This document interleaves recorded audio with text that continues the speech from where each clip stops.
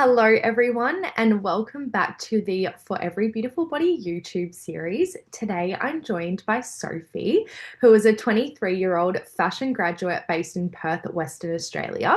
After developing her platform, Strong Women, Strong Futures, she is deeply committed to inspiring current and future generations to build confidence and resilience.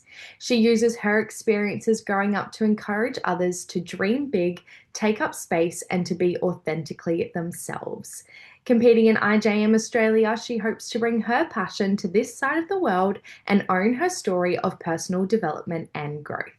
Hi, Sophie, how are you today? Hey, I'm good, thank you. How are you? Good, thank you. So lovely for you to jump on with us. Thank you so much for being here. Thank you for having me. So basically, that was, a little bit of a snapshot introduction, but can you just tell us a little bit more about yourself and the journey that has led you to where you are today? Yeah, perfect. I think I'd always say my story starts within secondary school. Growing up, as a kid, I was very, very confident. Coming into my teens, I think a lot of that confidence disappeared. And it was actually 5 years ago now, one of my friends introduced me to pageantry and was like, listen, give it a go. I think you would absolutely love it. I was like, not really confident, not really too sure. Like, what is this world? And I competed in my first ever pageant in 2021 as Miss Galaxy UK. And honestly, absolutely loved it. And I was like, wow, I wasn't very sure on the whole, what it was really. But all I knew was I had so much fun and I felt just so confident and inspired from it. And I think the past 5 years, I really have just thrown myself into the pageant world. You honestly, you meet the most incredible people and all these like inspiring women who really just help you to find your confidence. And that is something that I have really treasured, especially the past 5 years. I would never have been able to move to the other side of the world if it wasn't for pageantry. I always say that I went solo traveling as well. And again, that was one thing that I never would have done if it wasn't for pageantry and helping me find my confidence. Yeah, absolutely. Pageantry truly is life changing, and I preach that to the top of the rooftops.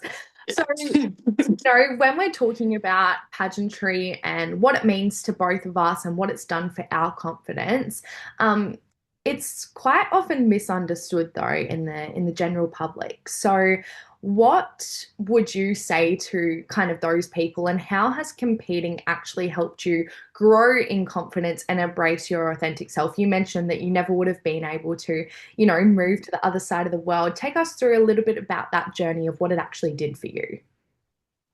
Definitely. I think when I first started, I just seen the glitz and the glam, what you see on social media and what, in the past beauty pageants tended to be.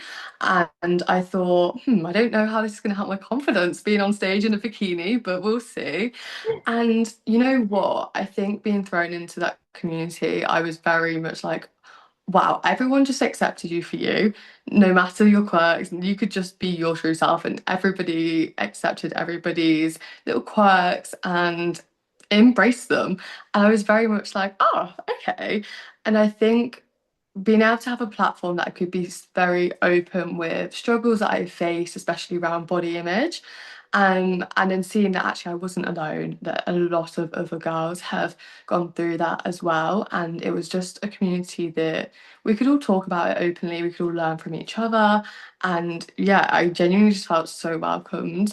And I think the whole, seeing it as beauty and, on stage you're everyone thinks, you're judged for how you look. And obviously, it's your presentation of how you're judged. And I think it's very easy to misunderstand that. And I think a lot of people, when I have spoken to them about pageantry, they'd be like, oh, but you struggled with body image. So how was that helping that you're on stage doing all of that? I'm like, you know what? It isn't based on that really. And I think it is a very inclusive environment compared to I think it's one of the most inclusive environments. Like ever, Yeah. because everybody accepts you for you. You know, you could be anybody, and every beauty is embraced. Yeah. And I think learning from the girls around me that it's okay to go through everything that you've been through. You can use it for something good and become a role model to other younger girls that possibly feel alone in what you're facing. And I think before pageantry, like I loved to be involved with charity work, but I didn't realise how much pageantry, was charity work, volunteering, and doing good for the community. And that is something that I absolutely have loved doing growing up. We have in the UK Children in Need, and they have it on TV every year. And me and my mum would watch it and I'd be like, I want to be a part of that. I want to do that. And she'd be like, well, come on, let's go raise some money. Let's do something. And she'd be like, wow. And hearing the stories on TV was something so moving. And I think it does just feel really good to be able to help people. Yeah, for sure. A beautiful answer. And basically, the word when you were speaking that comes to mind is like empowerment. And that really is what pageantry is it's empowering you and, your struggles and what you've been through and stepping into a bikini on stage is definitely not easy for, Mm. anybody. But yeah, I definitely think, the charity work and everything that you do involved in pageantry is really empowering as a human and it teaches you how to empower others too. So yeah, absolutely love that. Um, you briefly mentioned having struggles with body image throughout your childhood and teenage years. Can you take us a little bit more through that on whatever you're comfortable with sharing and what that looked like for Mm. you and what were some of the biggest challenges you faced as well? Yeah, of course. I think my journey really started, maybe it's crazy to say that even as young as 10, I was heavily into competitive sports growing up, and I was a synchronized swimmer, and it's always my fun fact because everyone's like, wow, Awesome. that's so random. And so random. But I think being in that environment where you're always in a swimming costume, and then as soon as I started secondary school, I think, as well as a lot of hormones, I was then very self-conscious of the way I looked compared to a lot of the other girls. And I then used to think I wasn't on top of the lifts because I wasn't the smallest. And I think that really fed into the way that I viewed like food. And even from that young age, I knew what a calorie was. I understood that. And that's quite scary that I actually cared at that age before I was even a teenager. And I think from then on, it's always been an up and down journey for me on being able to not look at food as your enemy. And, I really fell in love with the gym and I thought, you know what, I can like have a healthy relationship with my body and food, but then I think it then got to the point where it's too extreme at the gym. And I think that's also something from coming from competitive sports that as you come out of that and then you're like, oh, you obviously naturally you see your body fluctuate, and I think that is also a part of growing up. But as a young girl, I was like, no, what is happening? I cannot do this. And I wouldn't say I got bullied at school, but there were definitely comments thrown about because I was never the smallest. And looking back, I'm like, wow, I looked good. What do you mean? But now hindsight's great for that. Mm. But at the time, I take things very personally anyway. So if people were throwing about comments, whether they meant it or not, I took that to heart. And I think growing up and going social media is the worst, I think, for that at times. And I think now as I'm growing up, I'm able to, if I feel slightly triggered by something on Instagram, that's fine. You can get rid of it now. Whereas I would fixate on it. And a lot of the girls within pageantry that I've spoken to have had some sort of problems with body image or even eating disorders like myself. And it's a very difficult one. It's also so scary because I don't think it's very taboo still. And I don't think a lot of people are very open and honest about it, which is so fair, and I understand it. And I think it's only been in the past year that I've been quite happy to talk about it because I don't think I'll ever be fully recovered because you go through it. And I think it's just the awareness around it and being able to talk about it. And I actually competed in Miss Pageant Girl UK, and there was an optional called Body Beautiful. And you were allowed to write a piece. I can't remember the word count at hand. It was, what does body beautiful mean to you? And I actually ended up winning that award. And that meant so much to me because in that piece, I kind of wrote about my journey with body image, growing up at school, and then the fact that actually I thought that I'd got over it, but little things kept coming up. And I think that recognition was like, oh wow, like I just won that because, it and how much it meant to me. And then I think that was a little something that helped me become more confident in talking about it. Yeah, 100%. I love that category. We should have that category in most pageants. And congratulations on winning. And I think it's like Thank you. really, beautiful that you're able to share your story now. And I relate to you on that in a similar sense where, as pageant girls, but also as everyday women, to be Yeah, vulnerable and speak to anybody about what you've been through is something that, isn't it's not a linear line. Like recovery isn't linear, as you were saying. So yeah, and being able to spread that awareness and also just make sure that people don't feel like they're alone because there'll be so many people out there, and that's exactly why platforms like ours are so important, is to really create that awareness, because if we're not talking about it, then most people don't feel comfortable. So yeah, super super important. sure. Love that. um Definitely. Cool. So you mentioned a little touch on social media and how Yeah. you've kind of started to have a strategy now, and what that kind of path has looked like for you in maybe more of a negative way. And it's social media and beauty standards these days can have a huge impact on how we see ourselves and our self-worth. So how have you kind of learned to separate those like unrealistic expectations, and also, how have you used like some strategies to help you with that as well? That's such a good question because I think as well now it's even harder with AI being Yes, absolutely everywhere, it's and crazy. it's kind of scary. Yeah, 100%.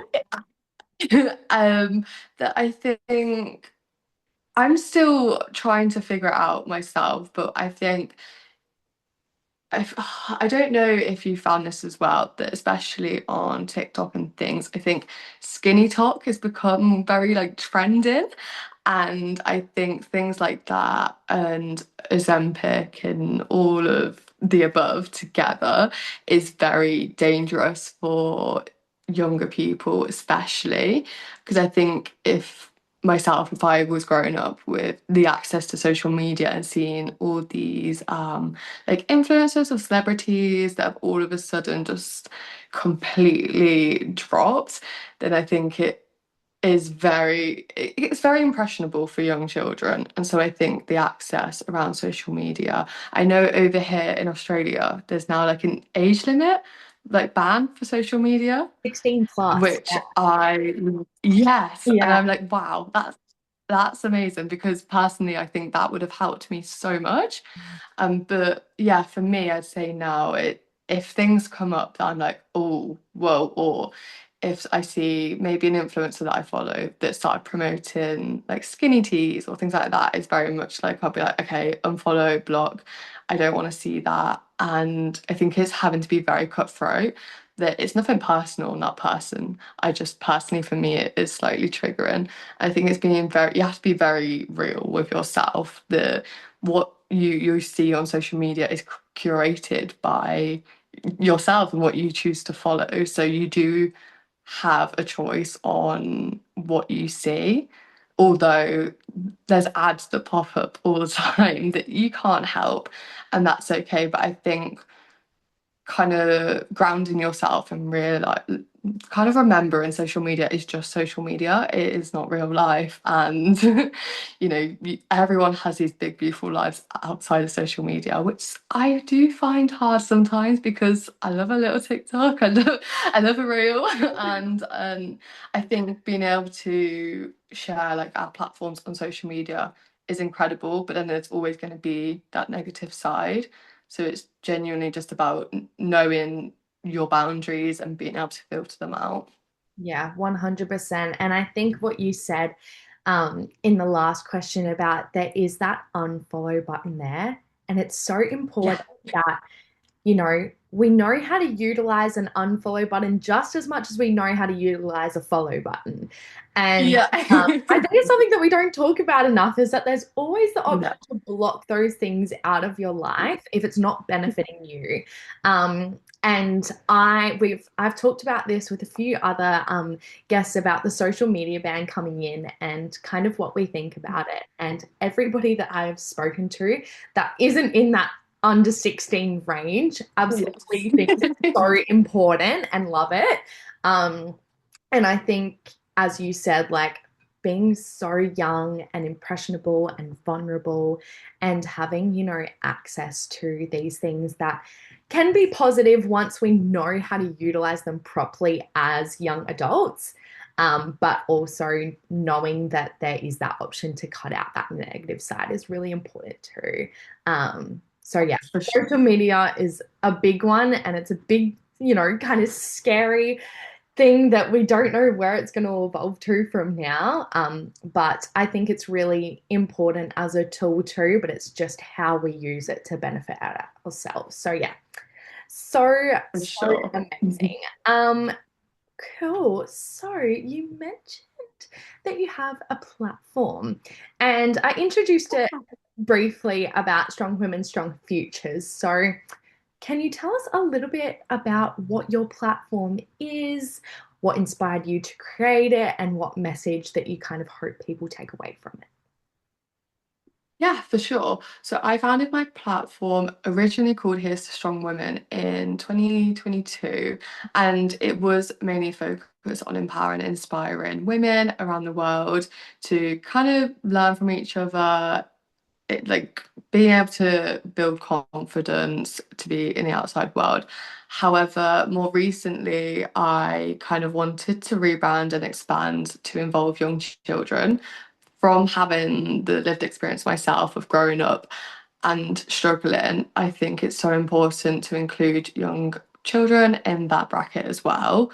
And I've previously worked with a lot of UK charities based on domestic violence and empowering women in those situations to, have like someone else to have a voice for the ones that don't or can't necessarily have one themselves. From a lived experience in my teenage years, that is something that I was then so passionate about because at the time, and even sometimes now, I will still be in denial that no, that didn't happen, it wasn't that bad. And I think it's so important to get the message out that any type of violence against women is not okay. And it's something that I will always advocate for. However, then having my lived experience with confidence issues and also anxiety, I then wanted to branch out to young children because although there's tools out there for them, I don't think there's enough, and I don't think there's enough focus on them and being able to build their confidence from a young age. I think if I had more tools at a younger age to be confident, to just know that no dream is too big, then I think my life would have taken a very different path. Although I am very grateful for how it has happened now. And I do think, from workshops in schools to classes and also around the world is mainly where my passion lies, because I think in like Australia and the United Kingdom, there are a lot more tools than there are in places like Indonesia and also Asia. And I think that's where I want a lot of my impact to lie. So a couple of years ago, I actually volunteered at a Thai preschool and I taught English. And I honestly had the best time. It was so adorable and all the children just have so much respect for you and they're so excited to learn. And I think for them something that empowers them is being able to speak English, because as they grow up they are then able to translate that into the big world and to get a better job and to be able to provide more for their families. And the impact through that is they're confident, they're resilient, they have so many more tools to better their lives. And I think it's just really important to be able to use what we have to help benefit others. Yeah, 100%. I absolutely love that. And I feel like we're very similar in that respect too, because I Yeah. just came back from Indonesia doing a similar kind of thing. And I've I just seen, honestly, I'm so jealous. It looks so much fun.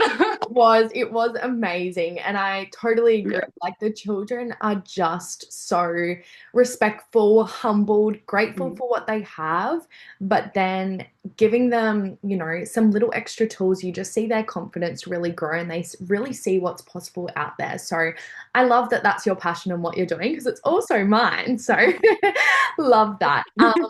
Amazing.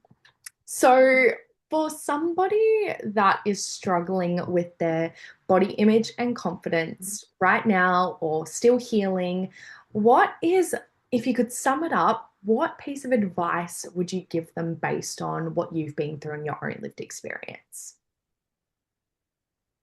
Definitely to find just at least one person that you can confide in, that you trust through and through to be able to talk to about anything. There's nothing off the table. I think for me, that is one of my best friends who she's always been there to listen, whether she may not understand it.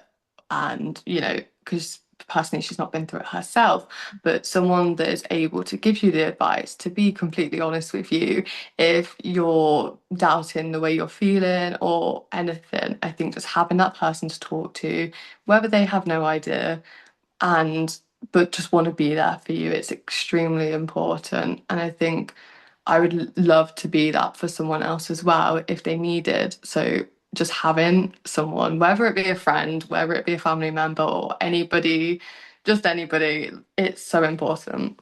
Yeah, your support network is definitely super important, because as much as I think we love to think that we can go through things alone, we always need a Yeah, shoulder to cry or laugh or lean on at some point in our lives. So yeah, definitely, definitely. definitely for sure. Mhm. Amazing. So, is there one kind of tool, or do you have like any self-care strategies in your healing journey now that you kind of practice every day or every week or every month? Is there like something that you particularly do to kind of recover from what you've been through? Yeah, so after going back to therapy last year, I restarted journaling. Mhm. I'm not very like it's not an everyday consistency, but it's as soon as sometimes it's as soon as I need it. I'm like, right, I just need to write, whether it's in my journal, whether it's on my phone, in my notes. I just need to write down my emotions, because I think I can, from the past, be quite irrational and speak out before thinking. So I think being able to write it down and process my emotions that way is very beneficial. And then I also exercise has obviously been one that I have battles with, but finding one that you don't scrutinize, that one that you can have fun with, to just move your body. And for me, that's Pilates. Like, absolutely love it. And I'm not thinking, oh, I wonder how many calories I burn. I don't know. But and I'm not that good at reformer. I wish I was. I'm trying. But I think just being able to move your body in a healthy way, and especially just get some steps. I now live by the beach, which is the most exciting thing ever. So just getting out, walking down, even though it's a little bit cold now, it's been something that I have I try and use at least daily to just get out and have a moment without my phone. Mm. That's the one thing. Put your phone down. You don't need it 24/7. Yeah. Turn it off, it's fine. Yeah, 100%. And I relate to all of those kind of strategies too. I love journaling. Again, not an everyday thing for me, but if I Yeah, need to process something, I'll write it down and then I'll either, like, if it's on a piece of paper, I'll scrunch it up and throw it away and it's done. Or if it's in my notes app, then I'll delete it yeah, after I've processed it. yeah. Beach, dancing, like there's so many things that I think are a universal tool that we can all use into our daily lives. So Mm. yeah, love that. Yeah, for sure. Amazing. Well, we've come to our last question. Uh, And this is a question that I introduced last time with our guest, and I absolutely loved it. So I would like to ask you, what does the words or the phrase "for every beautiful body" personally mean to you? I love that. I think for me, it's about recognizing our differences, embracing our differences, and also being able to learn and educate people that maybe are a bit more closed-minded on bodies and just especially more focus on women. And I think being able to see that all our bodies are beautiful in all our different ways, and but sometimes that we are more than our bodies, and we are our minds, our souls, and yeah, just honestly empowering, embracing, and being able to inspire one another. 100%. I absolutely love that. Well, thank you so much for taking the time to jump on with us today. You have made some incredible points and have been very insightful. So, thank you for sharing your story and your advice and your experience with myself, but all of the guests that will be watching as well. So, for our last little question, I will pop your Instagram and everything in the description, but where can people find you on the internet? Perfect. So for my Instagram, it's Sophie Chaloner or Sophie Chaloner. It's my personal and my pageant, although I'm trying to combine it as one. It's a nightmare.